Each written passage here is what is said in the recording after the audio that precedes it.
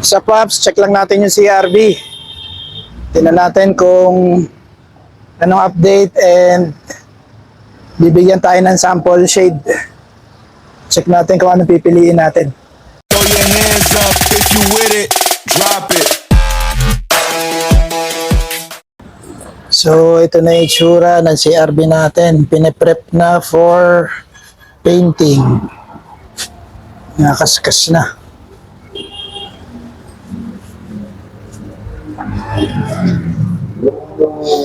Ronald, kamusta? Preparasyon ka na? Sa kulay. Oo. Kailan ka magbubuga? Kailan ang target? Ano mo? Mga itong week na siya. Itong week na to? Opo, yan lang. Ito po yung kulay. Check natin yung kulay. Hindi po ako dyan. Ayan. Saka malapit na isang kulang.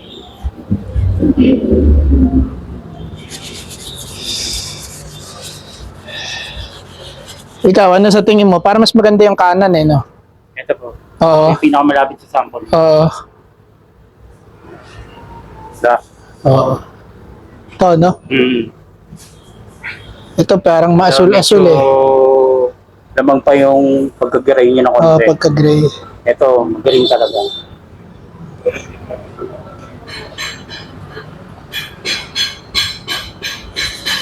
Ano sa tingin mo? Ako, Ikaw. dito ako. Dito ka? Opo. Para mas maliwanag eh, no? Sige, dito tayo. Ganito yung sa Vespa eh, no? Oo, yan. Ano Kaya, papalaw, baka... Sige, dito tayo. Wala, final na. Oo, final na yun. Natin. Asa to, mga itim-itim.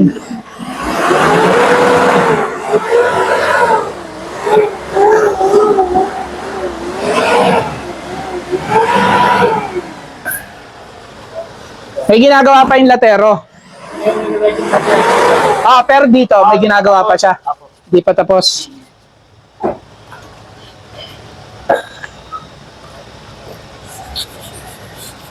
Liha. Tapos ngayong week na to, Sana makapag-final po. makapag-primer. Sana hindi umulan, no? Oo, wala. Pag umulan nyari, wala.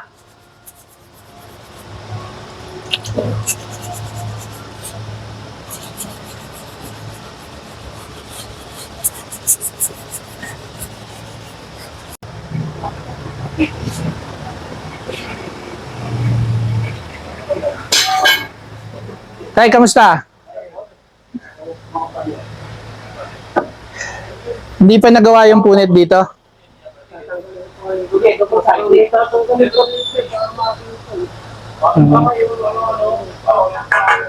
Ay, tatanggalin pa para makita. Kailan nyo sisimulan to? Mga next week, gano'n?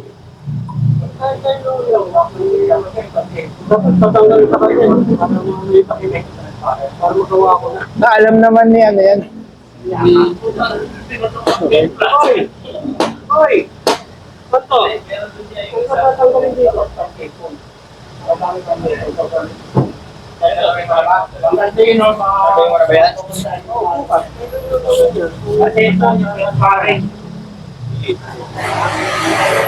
Diyan yung punit eh, no?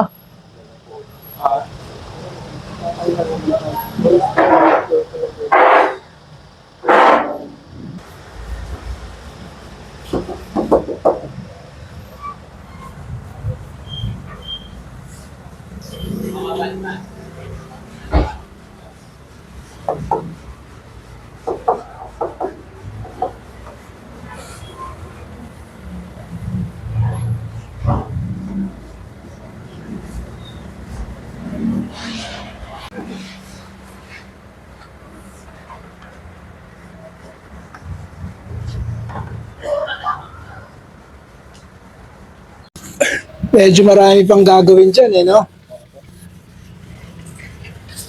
Primer. Gaano ka tagal yung pagpipinta ng primer? Abutin ba ng 2 linggo yun? Wala, sir. Wala naman. Kung magpa-primer ko, Maghapon lang. Maghapon lang. Tapos, ilang araw i-cure bago mo pintahin? 3 days. Bago ka bumuga ng ano. Magkahiwalay na araw yung buga ng kulay tsaka sa top coat. Ganun ba yan? Kailangan karoon din ng drying time yung base coat. Oo, i-cure mo muna yung base coat. Ano rin yun eh. May curing time rin pala yung base coat.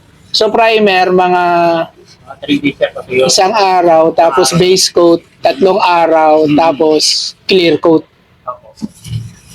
Ganun pala yun. Simitan kaya lumalabo. Pinuga ng kulay ngayon. Sa top coat na rin. So, sa top coat Pagka nagkakasabay kasi yung tuyo nung So, walang curing time? Oo, kapag sumisipsip siya. Kaya kadalasan, So, dapat, yung 3 araw muna bago mo banatan ng top coat. Tapos, pagka nabuga mo ng top coat, mga ilang araw bago mo iba. Pero sir, mas maganda ako, mga 1 week. 1 week muna. Sa tirahin ng bago. Para tuyo-tuyo, no? Oo.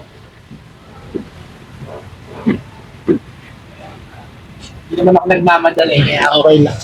Maganda po yun. Oo, para maganda lang mo. Makita niyo yung topping ng top coat niyo. Tapos yung pagduga ng pintura sa makina, ano lang ba yun? May top coat rin ba yun? O, kung ano, gloss din. Dito, din. Ang may iba lang yung pinaka, yung sa engine.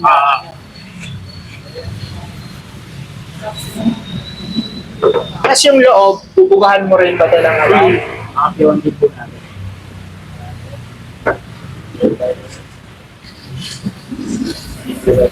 Sana wag makuulan para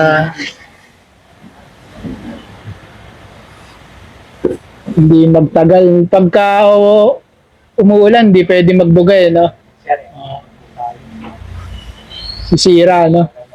Sacrifice muna. Kaya mo na maghintay.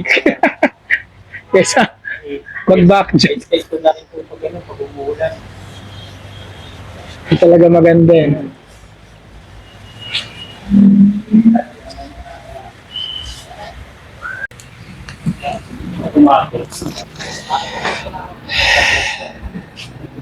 Kasi ang ginamit nilang primer, hindi pang plastic. Molding yan, no? Oo, ang ginamit nilang primer, pambakal, dapat plastic primer. Oo. Ngayon, babagoy natin.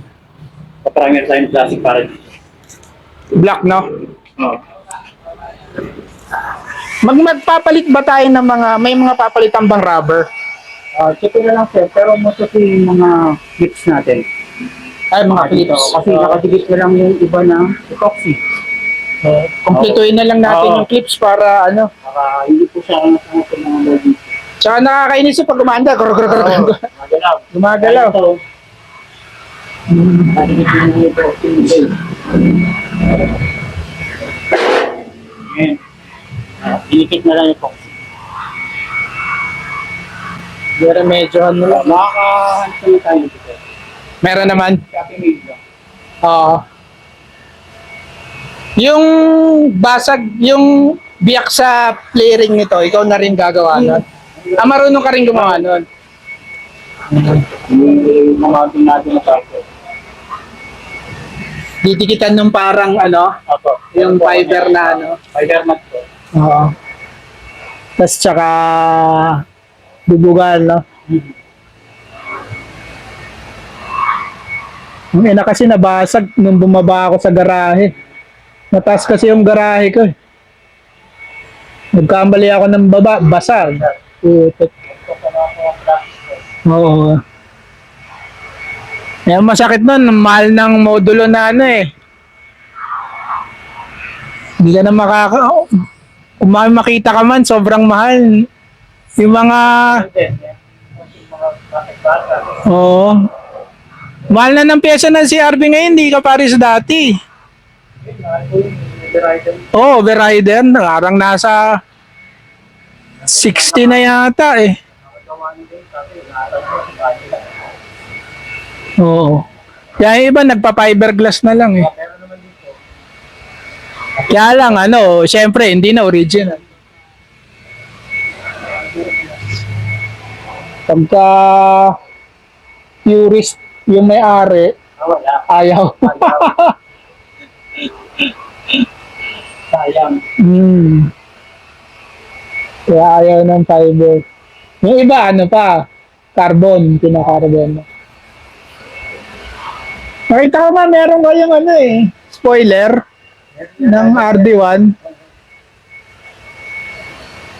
Yan, puta, magkano na spoiler ngayon?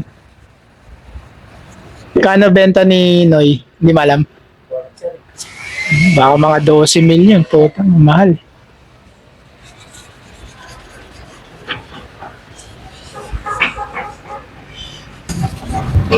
Parang yung tumira nito, parang ano eh, bara-bare. Ang dami kayang alon yan, di ba? Dito, oh. Oo. Yung may parting makintab, may parting hindi na pantay-pantay. Hindi ko alam kung pinagawa ng dating may-ari eh. Pero ang pangit. Sa araw. Ah. Ito, brown, yung fader, black na black. Yung shading kasi ng black, dalawang klase. May pa-brown, ay tatlo. May pa-brown, may pa-asul, may black na black. May pag ganito sa madilim, black lang. Pero kung nakarawan, makapansin ko, kakaiba. Ma-brown sa brown. Sa fader, ma-black na black. Kasi yung ano nga eh, yung mga gilid-gilid dito. Mga, may mga ano, may lukot-lukot. Hindi ko alam kung niretouch lang yan or... Sa kabila meron, sa pating duro dito. Oo. Lukot-lukot eh, no? Patan siya. Kaya nakakainis tignan eh. Yan taong ko rin tiniis yan eh. Kaya pangit eh. Kaya pagka nagkapera. Yung sa tailgate nga, inis na inis ako eh dahil lukot-lukot siya ng lukot. Kung hindi ka maarte, Oo. ito yung Okay lang kaso. sa... Pagka marunong ka kasi, Alam mo eh. kita mo. Oo. Nakakabwisit din.